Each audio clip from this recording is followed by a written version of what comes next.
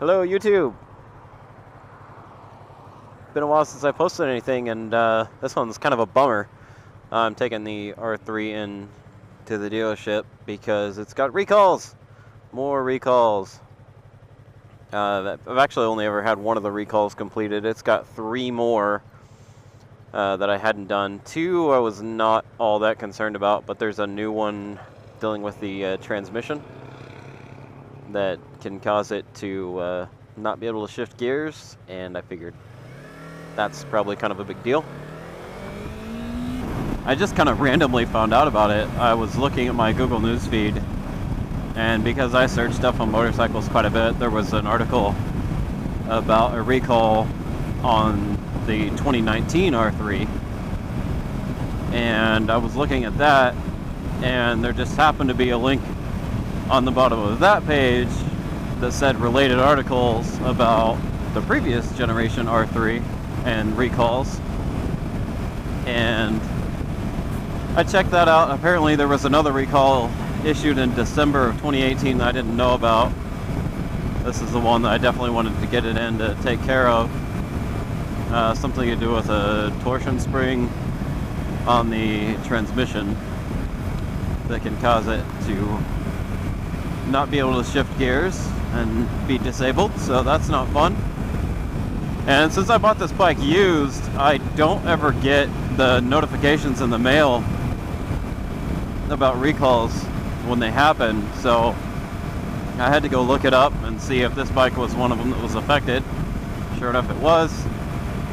I will put a link in the description of where to go that you can put in your VIN if you've got a Yamaha and check it out, because I went to the government website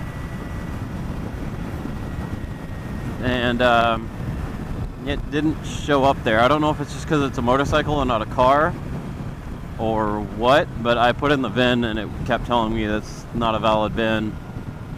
I googled Yamaha's site. They have a website for dealers to go to check VINs and see which recalls have been completed, which ones haven't.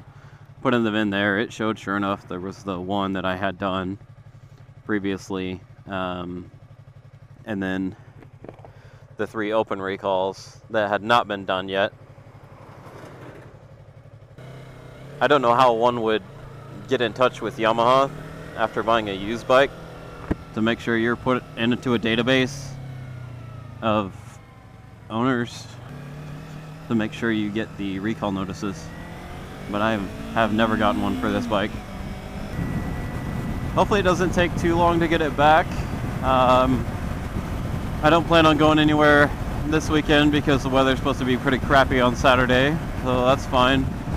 But over the next few weeks there are some longer trips that I was wanting to do. One in particular in June. The wife and I are planning on going to Tulsa to see Eddie Izzard, who, if you've never seen either live or one of his recorded performances, do yourself a favor. He is without a doubt one of the funniest people on the planet. I've had the pleasure of seeing him live twice, and this is probably going to be his last big tour for quite some time, so I definitely didn't want to miss out on that. We've done this route before back when we had scooters, and that was pretty fun. So this will be the first time we've gone up there on motorcycles, weather permitting. I've done that trip up Route 66 to Tulsa on this bike before, but I was by myself. That ride was actually one of the things that inspired us to want to get motorcycles, because riding around on scooters is a lot of fun, and a lot of times in the city it's even easier. It's just, I don't know, they're smaller, easier to park. You can pull them on the sidewalk and not feel quite so guilty about parking there. Well, there's very few times I've actually pulled this up onto a sidewalk to park, just because it is bigger, it gets in the way. A little scooter you can put pretty much anywhere and people can get around it. But that trip made us decide that we wanted something a little bit bigger, because it was fun to go out and do longer rides, and we wanted to not have to worry about getting stuck on windy days or going up a hill, whatever, being limited to 35, 40 miles an hour in a 60 mile per hour zone. For the most part, they did pretty well. And there were actually a few times that we were being held up by other traffic. But we were definitely in the way a time or two, because you'd have people wanting to go 70 miles an hour, and the scooters just couldn't do that. Especially on any kind of an incline. Downhill would be okay, but uphill, absolutely not.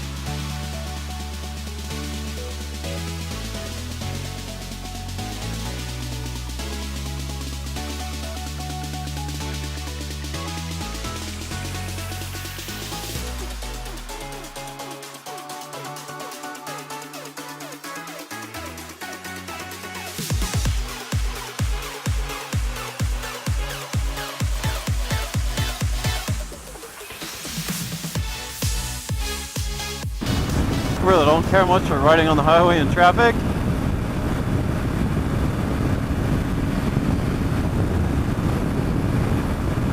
But it's still just before 5 o'clock, so I figured I could get out before it got too bad, and honestly this is alright. If it was about 15 minutes later, this would be awful, and there's no way in hell I would ride here.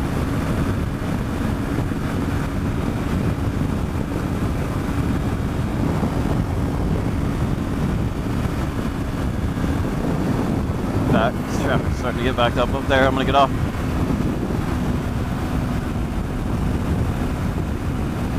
I don't want to deal with the stop and go crap.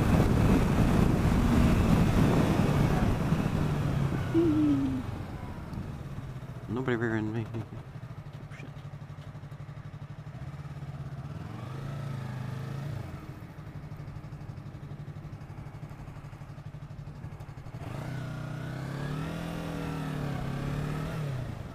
God, that's the great thing about having a bike. You don't need much of a gap to get through anywhere.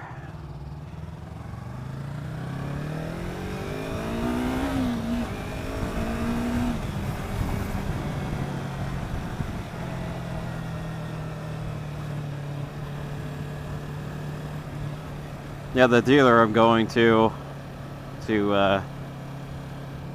have the recall work done. I've been there before, and honestly I don't care for them, like, at all. I would never buy a bike from them, but they're the most convenient Yamaha dealer for me. Like, the last time I had a rear tire put on this bike, I ended up going to Eurotech, which is a BMW, Ducati, Triumph dealer. Whenever I do finally decide to upgrade to something better than the R3, Eurotech is probably my top choice as far as dealers go, where I want to buy from. Not that I necessarily get a BMW, Triumph, or Ducati, because they do get used bikes pretty often of all sorts of makes and models.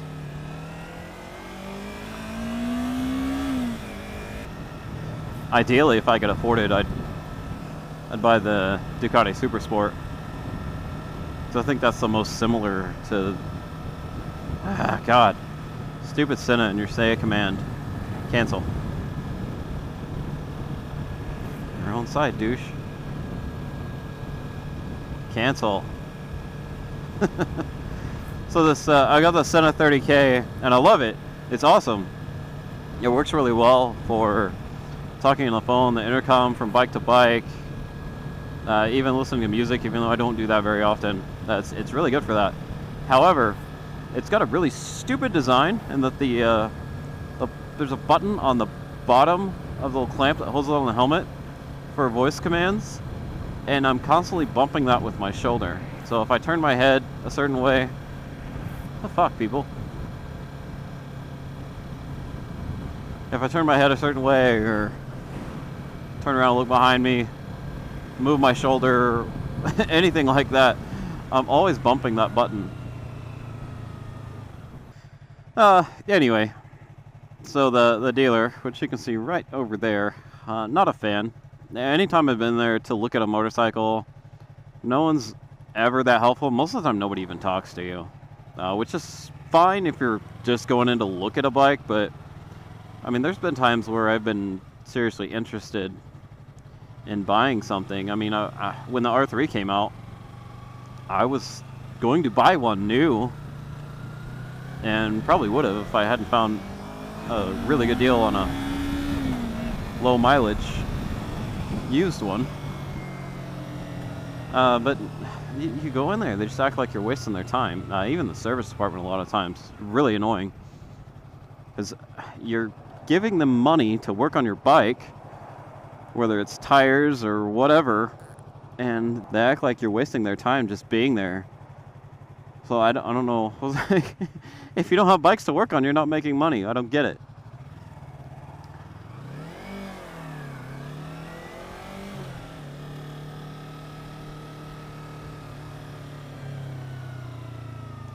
So we'll see how it goes this time, if they're any nicer. That's cool.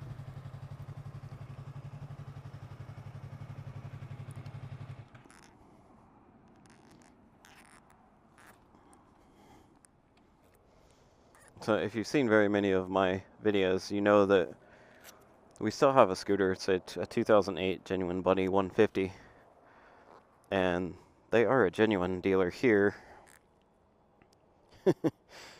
They've got this white Buddy over here that's got the Herbie number 53 and the logo on the front. Herbie Jr., that's adorable. I like that. Alright, thanks for watching.